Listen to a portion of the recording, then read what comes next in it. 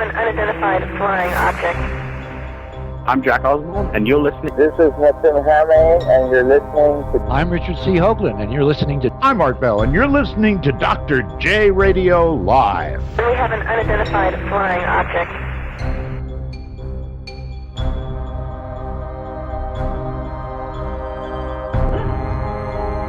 All right, welcome back. Now, usually I'd give a full introduction on this person, which I will do so afterwards, but I just want to say that I am truly excited to be speaking to the one and only Linda Moulton Howe, who, of course, has won, and I think she should have gotten this a decade ago, maybe 20 years ago, if not 30 years ago after Strange Harvest came out. Nonetheless, the Lifetime Achievement Award from the Conscious Life Expo, the absolute largest event on this topic that I know of in the world. Over 12,000 people came through the doors last year, and I think it's going to be a fantastic time. Everybody gets to see her literally February 27th, 28th, and 29th by the LAX Hilton, at the LAX Hilton, right near, of course, LAX, Los Angeles International Airport. So without further ado, this is what I got to say. Linda's back. Thank you, Dr. J. And thank you for the words that have meant a lot to me. I have been to several of the Conscious Life Expos. It's always been one of my most favorite conferences. And it means a great deal that on Saturday, it's the 20th of February, that I'll be in the Ancient Aliens panel, and that with Jimmy Church and the radio broadcast, and they are going to present me the Lifetime Achievement Award, which I understand that it is coming after a few decades of work, which I think is appropriate for a Life Achievement Award. But the irony about this is that at this point in 2016, I feel like everything is just about to spring open and begin on a whole new frontier, quite literally, that we have been through the last several decades since World War II of secrecy, government hiding, back engineering of technology that none of us have seen. And something is happening in 2016 as if there is a pivot in the timeline. Everybody is feeling it. There's more and more whistleblowers that are coming to me and to others. And how great to get this Life Achievement Award from Conscious Life Expo in Los Angeles in the year when this government and other governments may finally announce to the entire planet that we're not alone in this universe. And that is thrilling to me. That much is thrilling. Which I think is absolutely... First of all, it's a must. Who are they to tell us, our government, what's better for us or what we could know or what we shouldn't know? And as you mentioned, people coming out now with stories of their participation in government, all these government projects, for instance, that they were reverse engineering, as we know from Bob Lazar almost 30 years ago, closer to 28 years ago at this point. There's been so much more rather than just the Bob Lazar case in the 90s that we talked about, that we have in the last few years. And when I was in school, and I know definitely when you were in school, we were all taught that there was no planets outside of our solar system. Yet every single day they're finding new planets. Everybody who is 21 or 22 at this point, or younger, or absolutely young, 22 or younger, has been born after they had found the first extraterrestrial planet and after they found the first possible Goldilocks planet, which I think changes the perception of everyone, Linda. And Dr. J, you're making the perfect point that we actually went through the 20th century with this archaic, bizarre notion that was being taught in schools that the only life in the universe was on this planet, and that the planets in this solar system were the only ones like Earth in this entire 13.9 billion light-year universe. To think that academics for centuries have accepted these ideas is almost incomprehensible. And that as we've moved into the 21st century and at year 16 in this 21st century, it is beginning to feel like so many old ideas are being broken open socially, politically, scientifically, psychologically, and that's why I feel exhilarated. I have always honored the truth, the pressure of fact more than anything else. And to have been alive realizing that the government of the United States has been lying through its teeth since World War II for reasons that are still not quite clear, and that we have grown up in a country so schizophrenic about what is truth, and that is what is fueling this current strange presidential year. People are totally aware that we are in a government that has lied and lied and lied and keeps on lying. And how can the United States of America continue in through the 21st century if we don't get out of the business of lying and we get back into the business of truth and absolute clarity and a nation in which the masses of, by, and for the people are exactly what the government was intended to be, which we are so far from now. And that part of this whole huge underbelly of all the government lies and the disrespect that everybody feels now goes right to the heart of suppressing and lying about other life forms and alien presence on this planet, throughout this solar system, throughout the universe. And the more I think about it, the more it is like a Dr. Strangelove Voltairean satire. How could the people on this planet have been kept for so long under the control of a handful of people who had power, and the power was derivative from, and that's the question mark, derivative only from gold on Earth or derivative from some link to the alien presence on this planet? And are we finally in the 21st century going to go through some kind of a liberation, an actual liberation from all of the lies? One thing that bothered me so much specifically about this country versus anywhere else in the world, when this topic comes up of intelligent life from other planets, other solar systems, possibly even other galaxies, that obviously to other countries, they take it seriously, they've been taking it seriously, or they just didn't quite believe as much as some of the hardcore believers here did 20, 30, 50 years ago. But they never instituted the ridicule system that America had. And one thing that I've seen that's been great change is every documentary I've watched from the early 80s throughout the 80s, throughout the 90s, and it was about mid-2000s when I first watched the Ancient Aliens 2-hour special, right? And in that, of course, there were skeptics in there. There was this professor, a PhD with a mohawk who was mocking this issue. But then that show turned into a series. All of a sudden, on every mainstream network, there seemed to be a show covering classic stories such as Roswell to the Socorro, New Mexico incident, to everything else out there without having to share time with skeptics. There used to be 1 minute for the person, a witness, and one minute for a skeptic. Now we are just finally able to break through that, which to me was a huge change.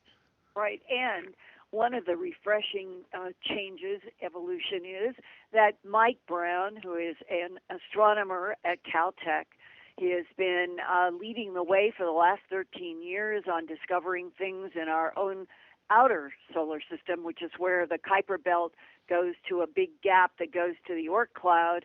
And the Oort cloud goes out there at least 1,000, 1,500 astronomical units.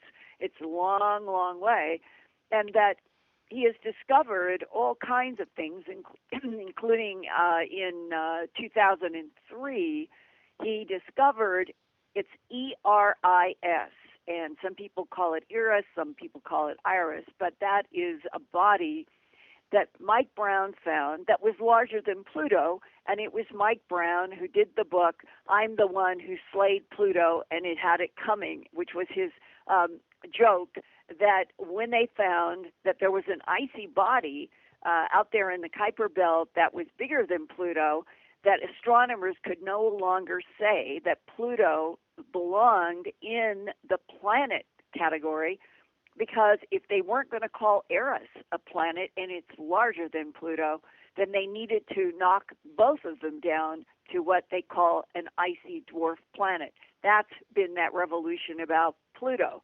Well, now, just in the last few weeks, there was a release that they have now found in more of Professor Brown's work that one of the puzzles was another discovery 13 years ago. It was a red object moving out between the Kuiper Belt and the Oort cloud, and it was pretty large, pretty red, and they came to the conclusion that this was another icy planetoid, some people called it, that had the bizarre, huge, looping, elliptical orbit that they could not understand. It was a true mystery to every astronomer on Earth. How can this body with this huge looping elliptical orbit be out there? Okay, that's what set in motion a whole bunch of investigations of that part of our solar system. And then they discovered there were 13 objects. One was Sedna and 12 more. And they were all grouped together with these strange elliptical orbits. And finally, Professor Brown at Caltech, working with some other astronomers, they finally, crunching on a computer, he told me it was just maddeningly frustrating for so long, they finally started getting a picture through the help of the computer that these 13 bodies with these bizarre elliptical orbits had to be like that because of a gigantic gravitational mass that was attracting all of these 13 bodies into a group. And that's what led them to calculate that for those 13 bodies to be doing what they're doing on their orbit in this solar system, that this object, which nobody has yet seen, has to be at least 10 times the mass of our planet Earth. Now, mass is different from diameter, depending upon how much metal, rock, ice, water, any given body has, the mass will be either higher or lower. Well, in this case, they're pretty much sure that this object is just like Neptune, only a bit smaller, and that it will be gaseous. It will be mostly hydrogen and some helium, and that in terms of the expectation of where it is, they have been able to calculate on a computer what they think is a pretty accurate orbit, and the orbit is projected from the computer based on what the computer has hard data from those 13 objects. And they think that the swing of the orbit, that means from the closest it ever comes to the sun to the furthest it ever comes, it's swinging between 10,000 years to 20,000 years is its orbit.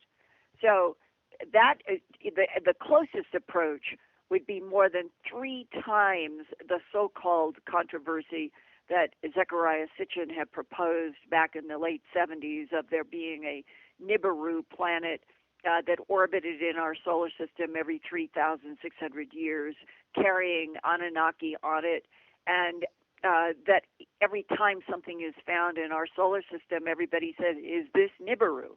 Or Planet X, exactly, yes. Yeah, and this cannot be, because if the 3,600 number were correct from the cuneiform that Sitchin said that he was translating from the original ceramic plates in Mesopotamia and went into his books, the truth is, because I've sure interviewed a lot of astronomers about this, there is not a single object known anywhere in this big, vast, huge solar system that goes all the way out the half a light year to the edge of the Oort cloud.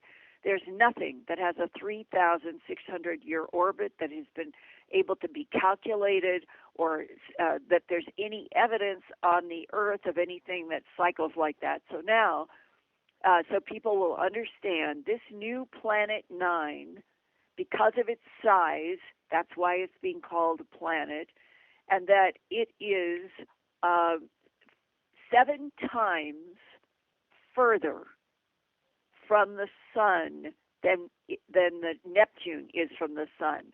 It's way out in the far, far reaches in the middle, what's called the mid-Oort cloud, and that the orbit, this big, long, looping orbit, that on the computer graphics is completely opposite of Sedna and those 12 other bodies. That it would take this big Neptunian planet between 10,000 and 20,000 years to complete an orbit around the sun, but it never, John, stress this, it will never, ever come through our solar system. The closest it will ever get is out way, way, way far beyond Sedna and Pluto. One thing, this might be a little bit deviating, and of course I want you to bring it back. This is one thing that's always confused me, and it doesn't make sense. We live in a three-dimensional world. Obviously, planets are round. Why does it, all the portrayals and even the astronomers I've had are astrophysicists. I remember we had one from Harvard, actually the director of astrophysics at Harvard, and talking about, the solar system, the Milky Way. Why would they be in a flat orbit as opposed to a three-dimensional? Do you know what I'm saying? Like, for instance, if we have the sun. They are three-dimensional. My God, we have things in this.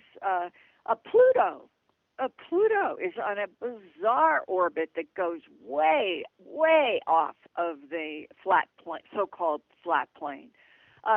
If you look at the graphics of the 13 objects, they're flying all over the place, but they're all in one section. That's the thing. Gravitationally, the only thing that would make sense, when you've got a big, massive body, what does it do?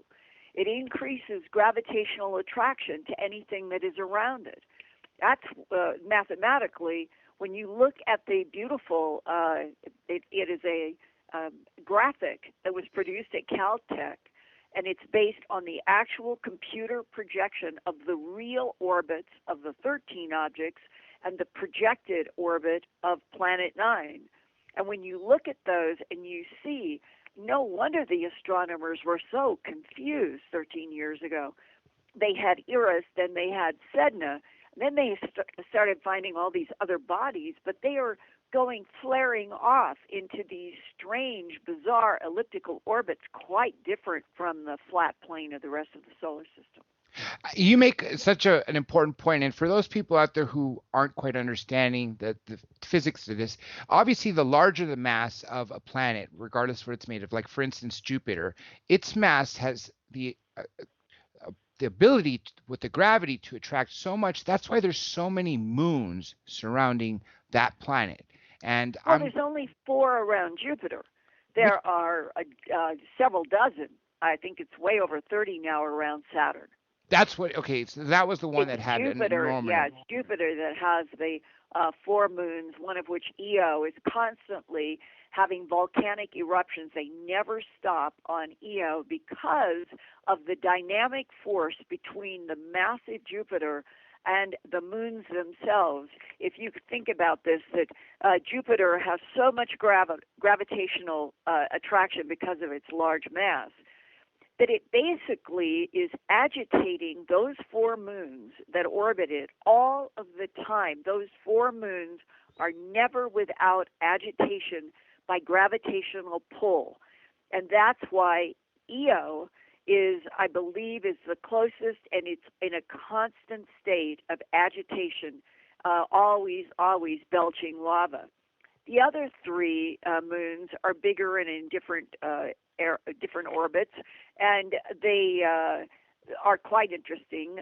Ganymede and some of the others, there's even contemplation that they may have water, and like we know Enceladus does around Saturn. In fact, Enceladus is the moon around Saturn that they have discovered that at the bottom of a 30-mile deep water, they know it's water and ice, that there is 194-degree Fahrenheit heat from what has to be radioactive matter inside of that moon that keeps it that hot. And that means that as far away as it is from the sun, orbiting Saturn, that the water heated by the radioactive material from the core at 194 degrees all the way up to the surface, that the likelihood that we will find some form of life there is high. This is coming from astronomers. And that's why one scientist said to me, I think we are getting close to the announcement that everybody needs to know that we're not alone in this universe, and that it doesn't matter if it's going to be microbes on Mars or swimming creatures on Enceladus. That's the why that quote. That we are in a solar system that with every passing month we are finding new information that are coming from the various probes, and that what we thought when we were growing up as kids and being taught exactly as you said, that this was the only Earth in the universe and the only place for life.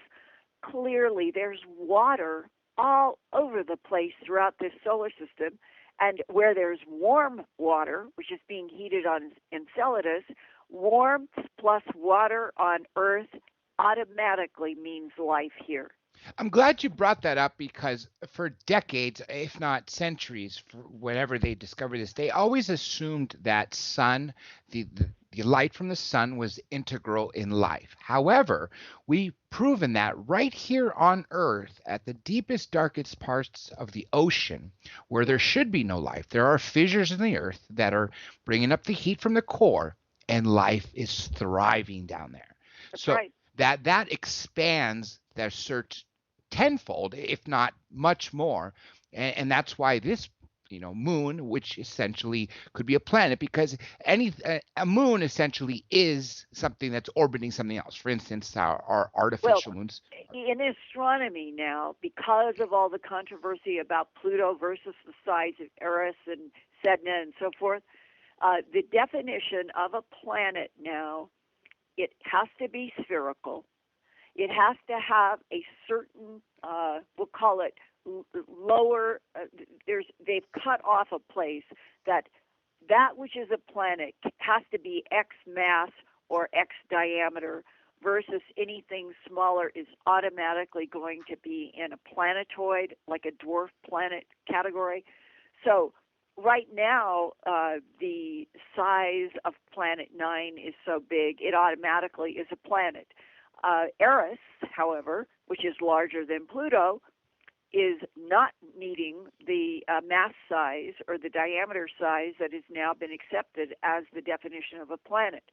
So there has been more organization within astronomy just because of the discovery of these icy planetoids out beyond Pluto, the change of Pluto, the controversy, the fact that this planet really did care about Pluto being the ninth planet, and how dare you astronomers demote it. But there has to be some kind of discipline in science. And if the size of Pluto ends up being smaller than several pure ice bodies in the Kuiper Belt you can see, they had to do something. They had to organize this in a way that a planet meets this criteria and everything else is in a different criteria. So that's what's happened. And this obviously goes to show how much has changed in just the last couple decades, and specifically even the last few years. 13 years. Yes, compared to 500 years of telescopes and looking into the stars, and even if you go back to the ancient times, and the Egyptians building things according to how the Sirius star system or Orion star system, the point being is obviously we've discovered so much more now. And I always this question to one, it bothers me to wonder if The government has known about all this and has let us find it out for ourselves, because that we obviously we know that they've been hiding craft. Know they've been hiding people, intelligent life, uh, dead bodies, even living bodies are, Right. are throughout the world in bases. Yet, and we hear stories from people who have worked from the underground projects that we have technology, as such as Ben Rich, who told in 1976 to Jan Harzan and other engineering students that we have the technology to take ET home. So I'm wondering, how much did the government really know, or whoever's in charge? Because sometimes I'm wondering, I don't know if it's the government anymore. I'm starting to think it might be the private corporations who don't have to answer to anybody. And what is buried inside of those private corporations. John, if in fact there has been an alien presence on planet Earth for 270 million years, as I was told by a man who retired from the DIA, and that number shocked me. He said that the government has proof. I don't know the proof. I have some ideas about it, but 270 million years puts in perspective the idea that only 2 million years ago was the first standing up primate on this planet in Africa that we call Lucy. And that from Lucy, there were genetic manipulations that started producing various models of standing up primates. And 2 million years later, from Africa to Europe, and going through several types, and Neanderthalensis being the one previous to Cro-Magnon, Homo sapiens sapien, which is us, that the Neanderthalensis life form didn't know that it was going to be replaced by Cro-Magnon, Homo sapiens sapien, and neither did any of the others. So the standing up primates, this is important, underscore this, the standing up primates in evolution have never had control over what was happening to them, not ever. The DIA guy said that they know that the extraterrestrials, and that there's supposed to be a competition among at least 3 groups out there.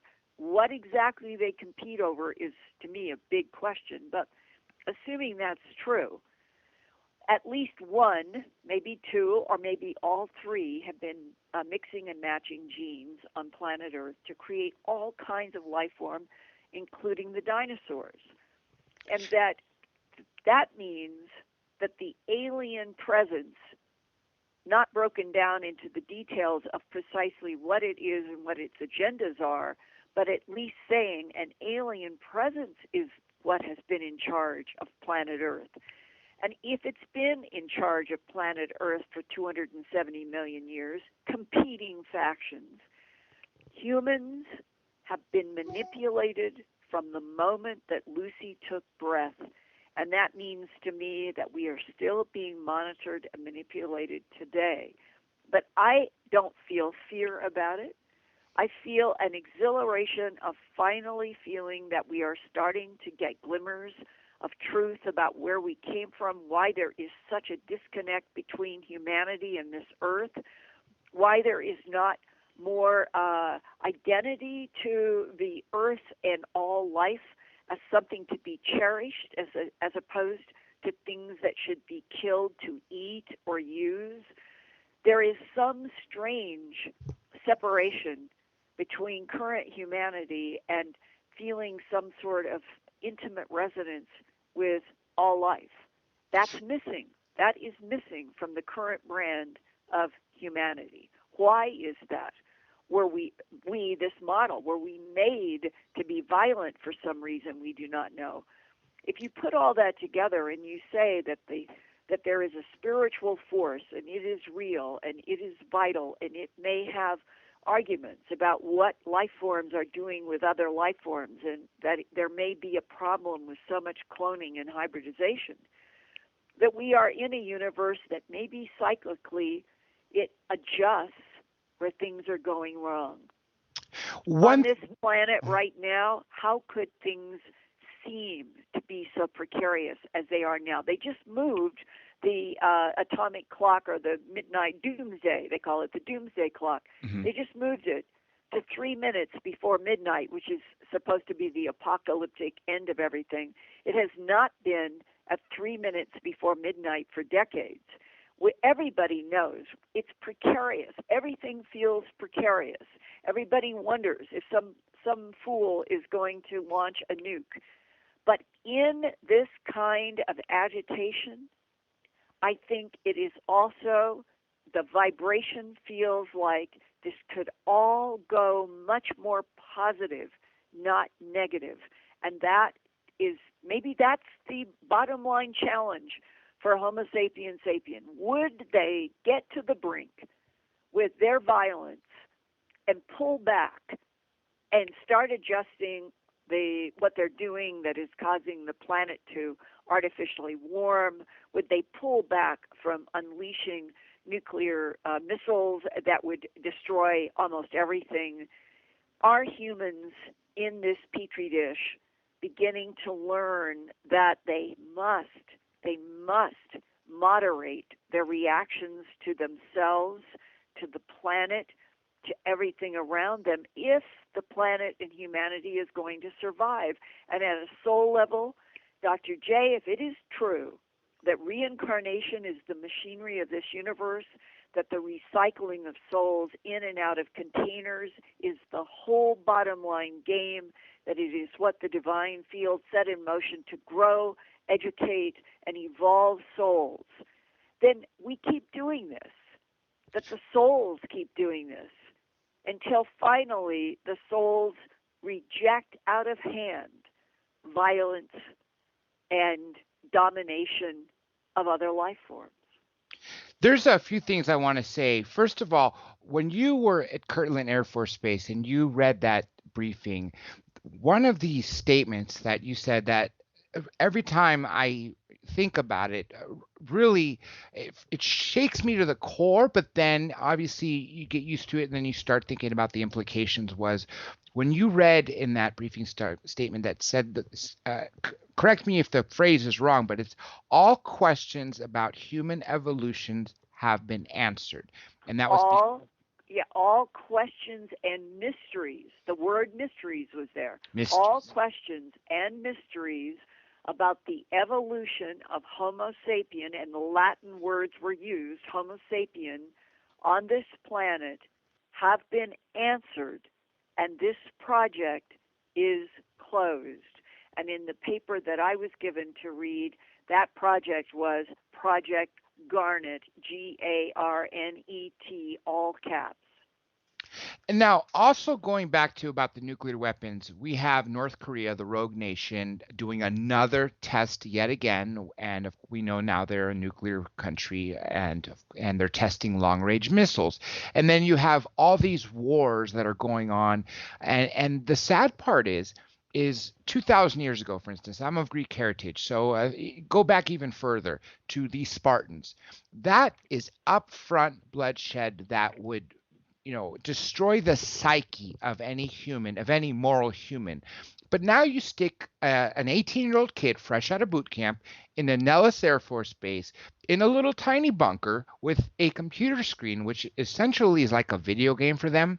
And they're flying these drones across the world, taking off from Diego Garcia and literally bombing and killing people at a rate that is just unbelievable. And the disconnect that these youngsters have is, I think, doing nothing but harm, because they don't realize, they don't see up front and close what they're doing, that each of those numbers, that is, as their colonels or higher brass calls them, or targets, have lives. They have families. They have brothers and sisters and mothers and children and fathers, and we wipe them out like that, like they were nothing. And I think that is something that needs to change. One other thing I want to say, two things actually, is I'm sure you heard of Bob Lazar saying we've had 63 external corrections. And Dr. Roger Lear, before he passed away, bless his heart and his soul, he was an amazing man, as you know. He was believing to think that we are now undergoing the 64th correction to sort of get rid of that part of the brain that is has that primal warfare instinct, because you have all these human looking extraterrestrials that come to Earth, and they're peace and loving and all this, which also shows another thing. If they are truly Homo sapiens with the same DNA as us, then they were able to evolve to be better than the way we are. Hmm. Well, I understand what you're asking, and I think that aren't we now at that philosophical conundrum? We're on a planet in January of 2016 in which the priority in every direction that we look, from television to chat rooms to instant images, the emphasis is on the body and what the body wears and does. Where do you see any kind of global oneness about what the soul is? There's something so odd that death is when the animating force leaves the body, and that what leaves the body has been defined by Egyptians, Greeks, and ancient ideas for a very long time. At the moment of death, what leaves the body is the soul. So to me, the soul is the most important part of every single human. And if there are non-humans that are masquerading as human bodies, containers on Earth now, which I am convinced that is occurring. Yes. Are there human containers among us, around us, that do not have any souls? Okay, I'm just putting that out as a rhetorical question for a second. Let it hang in the air. Or are we in a cosmos in which there is no such thing as a container that comes alive, whether it's a hybrid, whether it's a clone, whether it is naturally evolving life from some soup? Is the machinery of the universe that anything that becomes alive with consciousness must automatically have a soul? Let that hang out there, along with some things may not have a soul. The thing that I think has impressed me out of everything I've ever been exposed to in the human abduction syndrome, and in a lot of discussions with Whitley Strieber about this, if the soul is really the whole end game of everything at the biggest box level, a divine field that created the matter world, that's the level at which I think of the divine field. It's not matter. It doesn't have entropy. It is alpha to omega. But the matter worlds, no matter how many universes, no matter how many parallel universes, it would all have been created by the divine field as an act, perhaps, of creating a gigantic school for what? Taking bits of itself and extending them out into matter that we would call souls, to see over an infinite period of time, would the infinite number of soul bits going in and out of all of these container consciousnesses throughout all of the endless times, eons of the matter worlds, on their own, would those bits choose to go back to the divine field versus staying in matter worlds? If something like that is occurring, then consciousness that evolves and gets higher automatically has to become less interested in the body container and far more interested in what is happening at the soul level. And maybe out of all of this, that when you look at this planet of 7.2 billion, maybe only 1,000 are going to go to the moment of death, and their souls are going to go to another dimension that will be beyond this matter world and matter universe, because they're going to go into another dimension where they will never have that schizophrenia again. There will never be any confusion at the next level that the soul is what it's all about, and that is a whole different training ground. And there, to me, in talking with Whitley and others, and a lot of people in the human abduction syndrome that 30 years ago were saying, Linda, I get the impression that some of the EBAs are studying what happens at the moment of death here because they are surprised. That this is an interesting statement. The non-humans are surprised at the soul that is now in the current crop of Cro-Magnon Homo sapien sapien, that the human soul at the moment of death is going to a dimension that they, the ETs, cannot go.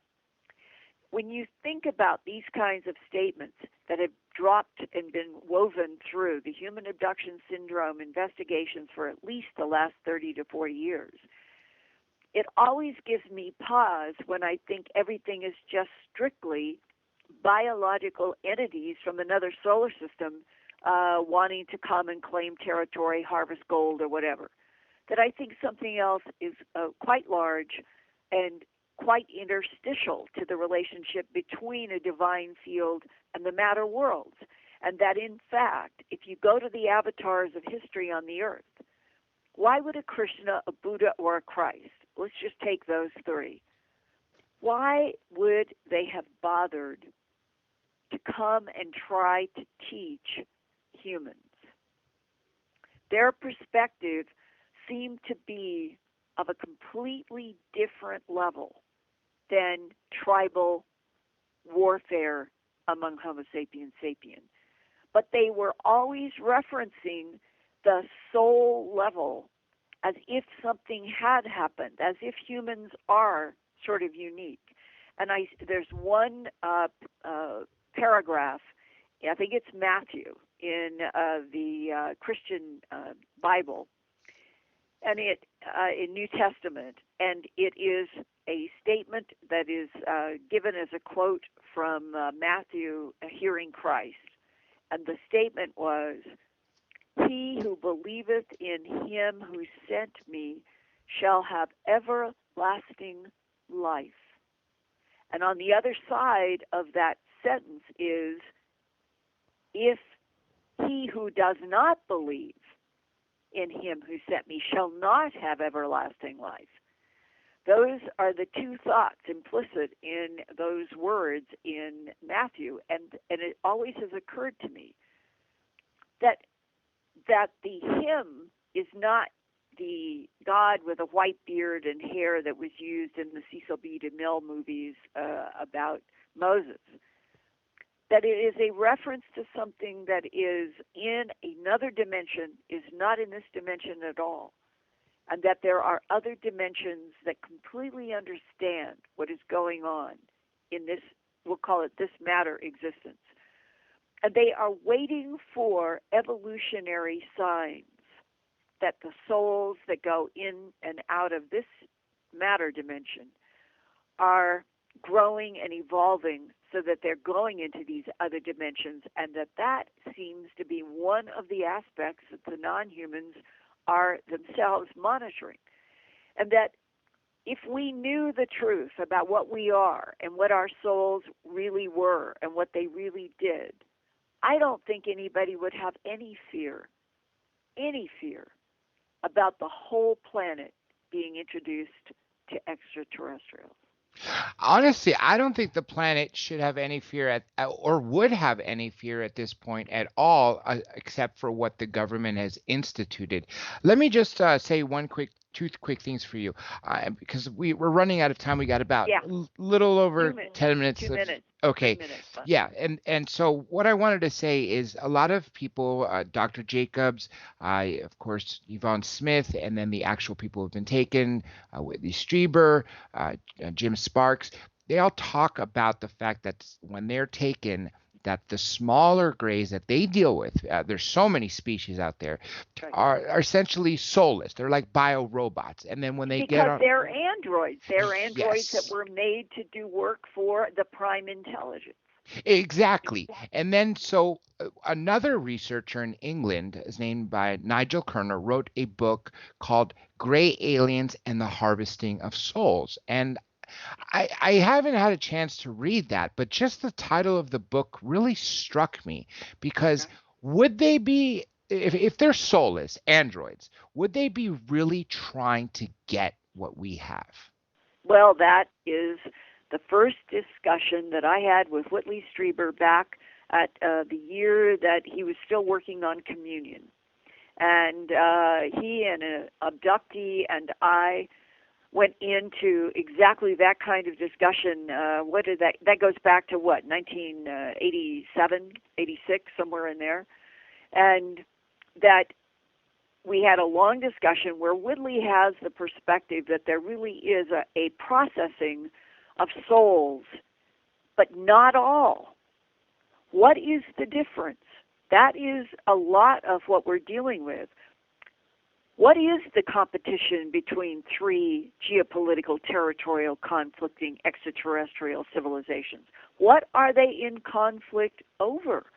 If it is if there's a political debate, an argument about what is allowable to do with life, it may be that the divine field that is responsible for souls and reincarnation, that it is upset at how much hybridization and cloning is now occurring, let's say, in this universe, that something is being upset. Some kind of natural balance that was supposed to persist is being affected. That might explain why Whitley and others have had this concept that souls, if not taken, that they can actually be processed by something trying to get information from souls. It's a very provocative idea. I think that it is one of those that people are not comfortable with because we all want to assume that the soul animus of our human container bodies cannot be interacted with by anything, anywhere, ever, except the divine field. I've always felt that. So whatever the truth is, and we're just in layers of it seems like 1,000,000 layers of truths that need to be peeled off so we could actually understand what is going on. All of this universe, in the final analysis, as Michael Talbot wrote in The Holographic Universe, this universe, the entire universe, could be a schoolroom for advanced intelligences. That is truly a remarkable statement. I wish we had more time to carry on, Linda. I'm going to ask you just to comment on one thing. Everybody, obviously, as you know, Linda Moulton Howe runs earthfiles.com, the premier site to see news, all types of science news that are impacting us. And she's always on top of everything, which is why I always love speaking to you, and you, the listeners, always love hearing from her. One quick question, Ms. Howe, before we let you go. I wanted to ask you real quick because 2016 is a very different year than every other year leading up to it, as you mentioned. And we're just ending the first month, getting ready for the second month. And at the end of this year, we're going to have this presidential election, of course. Already, Hillary Clinton and John Podesta have already made a lot of comments about extraterrestrials. And I just wanted to give you that final statement to talk about that, if you can, for a brief minute. Dr. J, if you and all of your listeners will go to earthfiles.com and click on the, click for report, I have done 3, part 1, part 2, part 3, with Grant Cameron.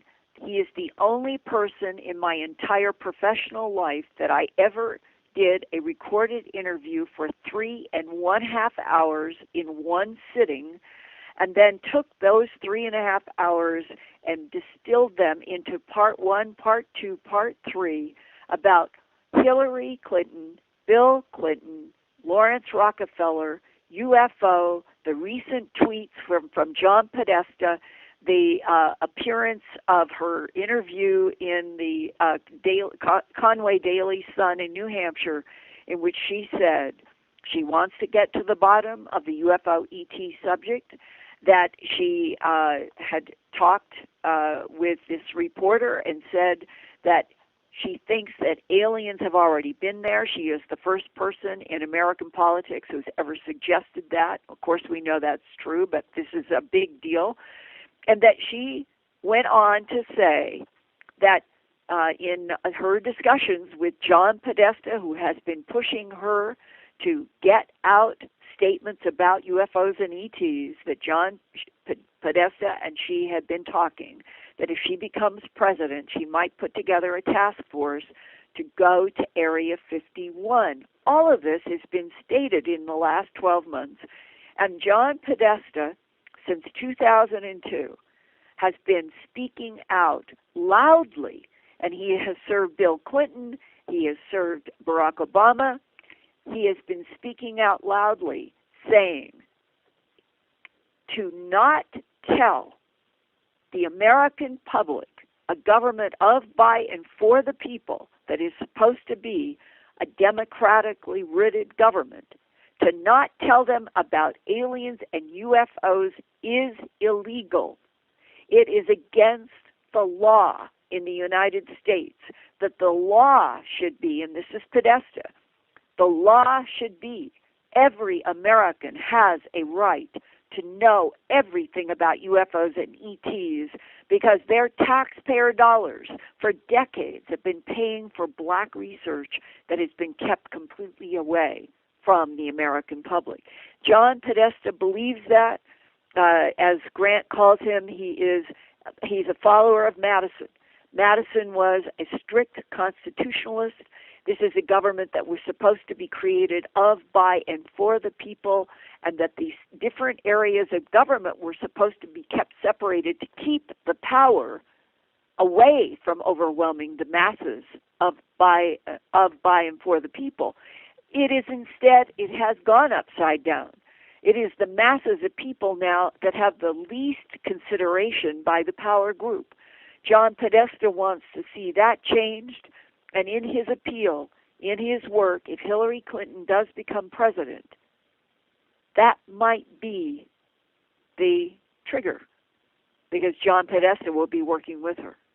And I truly hope so. Our good friend, as you know, former Congressman Merrill Cook, is good friends with John Podesta, and Podesta owes him a favor, as he says, and he said this on air, and he vowed on air with all the people listening, all the listeners out that are hearing this right now, that he will pursue Podesta to come onto the show and talk. So let's keep those fingers crossed. With that being said, Linda, it has been an honest pleasure. Everybody, remember earthfiles.com and go and see her accept the Lifetime Achievement Award from the Conscious Life Expo. You could find all the information from their website as well. Again, February 26th, 27th, 28th, 29th, 2016, right here, Los Angeles, at LAX Hilton.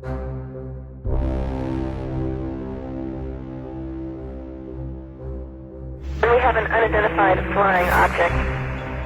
I'm Jack Oswald, and you're listening. This is Moulton Howe, and you're listening to... I'm Richard C. Hoagland, and you're listening to... I'm Art Bell, and you're listening to Dr. J Radio Live. We have an unidentified flying object.